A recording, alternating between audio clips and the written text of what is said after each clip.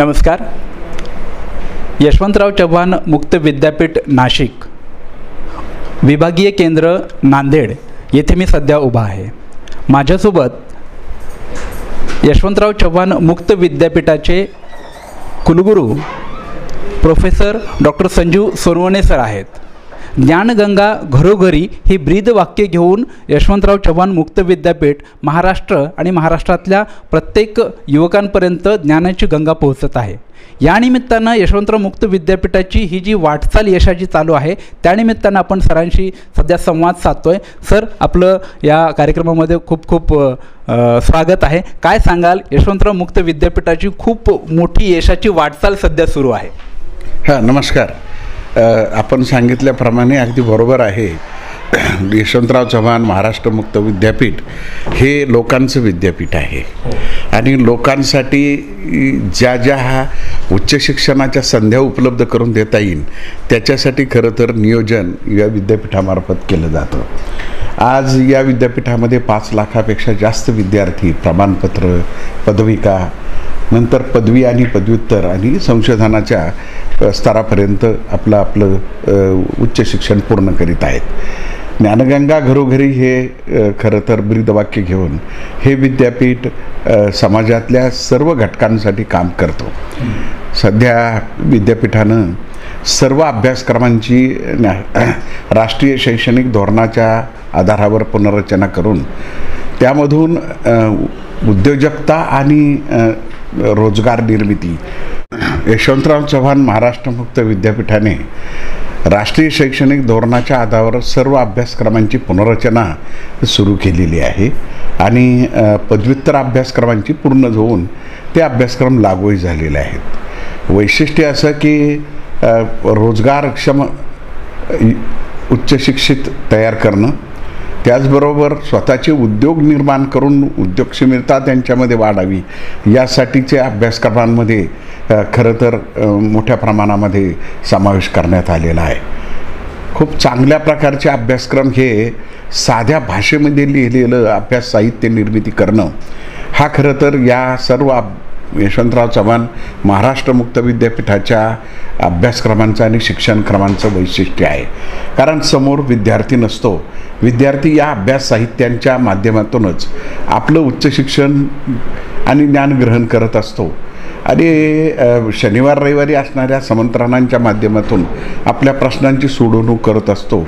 काही अभ्यासक्रम आता नव्यानं करत असताना कौशल्यावर आधारित असल्यामुळे प्रयोगशाळा, कार्यशाळा, नंतर इंटर्नशिप प्रोग्रामद्वारे इंडस्ट्रीमध्ये सुद्धा अनुभव घेण्यासाठीची रचना या नव्या अभ्यासक्रमात केलेली आहे.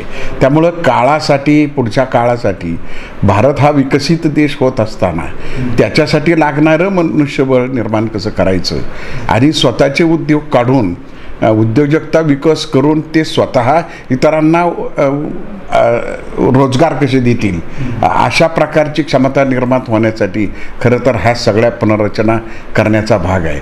यामध्ये अनेक वंचितांसाठी सुद्धा आपण जे जेलमेट आहेत त्यांच्याकडून कोणतीही फी शुल्क स्वीकारत नाही, तृतीयपंथीयांकडून कोणतीही शुल्क स्वीकारत नाही, अंधांकडून कोणतंही शुल्क स्वीकारत नाही, त्याचप्रमाणे अनाथांकडून कोणतंही शुल्क आपण स्वीकारत नाही.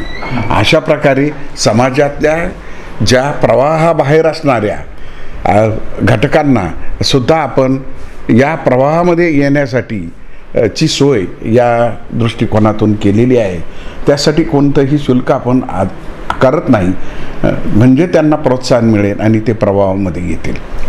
पुढच्या काळामध्ये आपण वाढवण बंदर जे नवीन होत आहे त्याचप्रमाणे परदेशामध्ये लागणाऱ्या कौशल्य आधारित जे मनुष्यबळ इतर देशांना लागणार आहेत त्यामध्ये विशेष करून जर्मनी आहे, नंतर आखात आहे, जपान आहे, यांच्या ज्या मागणीप्रमाणे लागणारे कौशल्य आधारित याच्यासाठी आपण school of vocational education and skill development अशा प्रकारची नवी स्कूल केलेली आहे आणि त्यांच्या माध्यमातून इंडस्ट्रीसाठी लागणारे, वेगवेगळ्या क्षेत्रासाठी लागणारे, कृषीसाठी लागणारे किंवा या परदेशातील उदाहरण मी आत्ता तुम्हाला उदाहरणादाखल दिलेलं आहे, या देशांची ज्या मनुष्यबळांची मागणी आहे आणि आपले युवक त्यासाठी सक्षम करणं हा खरा तर उद्देश घेऊन अशा प्रकारची ही स्कूल आपण स्थापन केलेली आहे.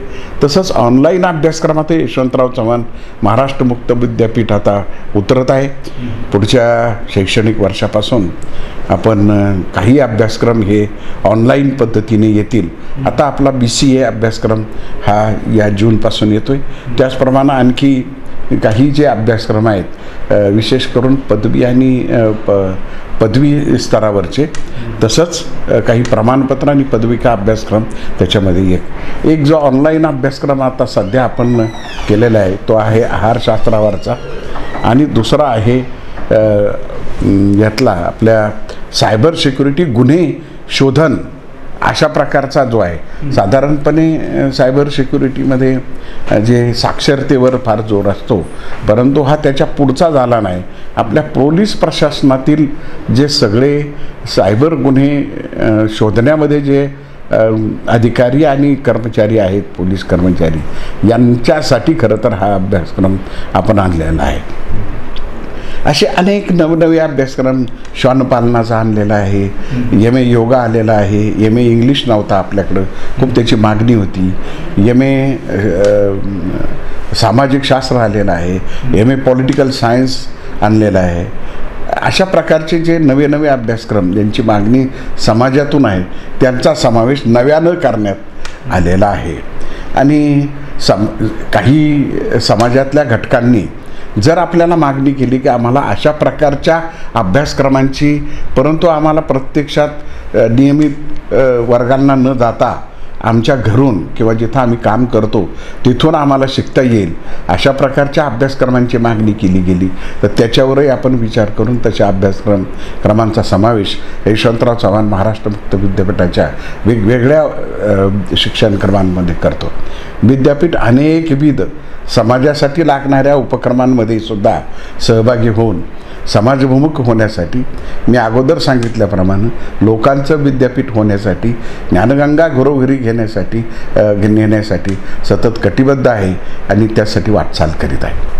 सर, अनेक विभागीय केंद्रामध्ये जे पहिले सुरू होते BMC जी पत्रकारितेचे आणि MG अभ्यासक्रम बंद झालेले आहेत, तर त्या संदर्भात आपण काय सांगू शकाल? नाही, MG अभ्यासक्रम आता आपण सुरू केलेला आहे. नांदेड विभागीय केंद्रात नाही सर? हां, तर त्यासाठीची जी विभागीय केंद्रांमधल्या असणाऱ्या सोयीसुविधांचा विचार करून आणि आपण ते सुरू करू या पुढच्या शैक्षणिक वर्षात. सर, शेवटचा प्रश्न, आपल्या यशवंतराव चव्हाण मुक्त विद्यापीठामध्ये अभ्यासक्रमाची पुस्तकं दर्जेदार आहेत आणि आपण आधुनिकतेची कास धरत सध्या जी काही पेपर्स आहेत, उत्तरपत्रिका आहेत, त्याचं मूल्यांकन ऑनलाईन पद्धतीने करतो, याबद्दल आपण काय सांगाल? हां, महाराष्ट्रामधलं पहिलं विद्यापीठ असं आहे की आपण उत्तरपत्रिका ह्या सगळ्या बुक स्कॅनरनी करतो आणि त्या स्कॅन करून आपण ऑनस्क्रीन इव्हॅल्युएशन पद्धतीने उपलब्ध करून देतो तपासणाऱ्यांना, आणि त्यामुळे एक तर चुका होत नाहीत. 30 दिवसात सर्व अभ्यासक्रमांचे आणि शिक्षणक्रमांचे निकाल लावणं हा विद्यापीठाचा वैशिष्ट्य आहे.